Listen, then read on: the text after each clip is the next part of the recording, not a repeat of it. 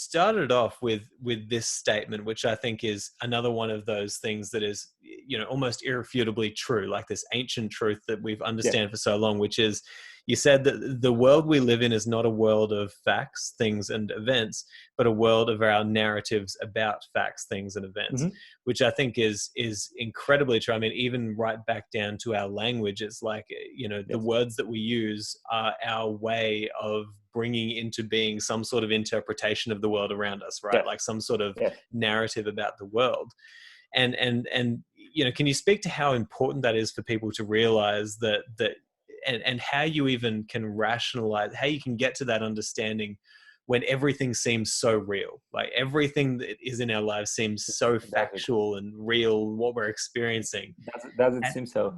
Okay, so first of all, I will speak to you saying that I already like this interview, because this is again a very fine question, kind of developing the conversation here, because what you're asking is actually, I think, a very good example to discuss what we had earlier. That is the concept of how the kind of angle or take on certain Stoic ideas should be changed or amended today in order to make it more contemporary, more modern. And this is a perfect example, because we do not, the world we live in is made of not facts themselves, but our narratives about those facts. And this is something that kind of sounds fresh, I believe, and sounds 21st century, but this is actually a translation or reinterpretation of what Marcus Aurelius was saying about impressions or conceptions, depending on the translation, right?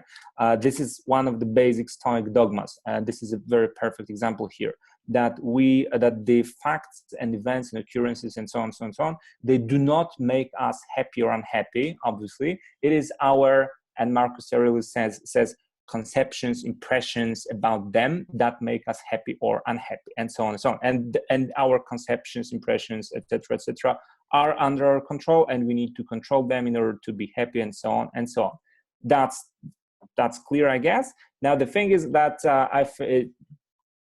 conceiving this book, I was thinking about the proper term to express just that, and I believe that's exactly the case. That it is the term narrative that is the best contemporary equivalent of what Marcus Aurelius meant by impression or conception, and so on and so on and so on. This is basically the same thing, and is also good because it's connected to the realm of public discourse, politics, and so on and so on. So basically, this ancient Stoic truth holds, but needs to be expressed in a new language. That is, it is our narratives that make us happy and or unhappy.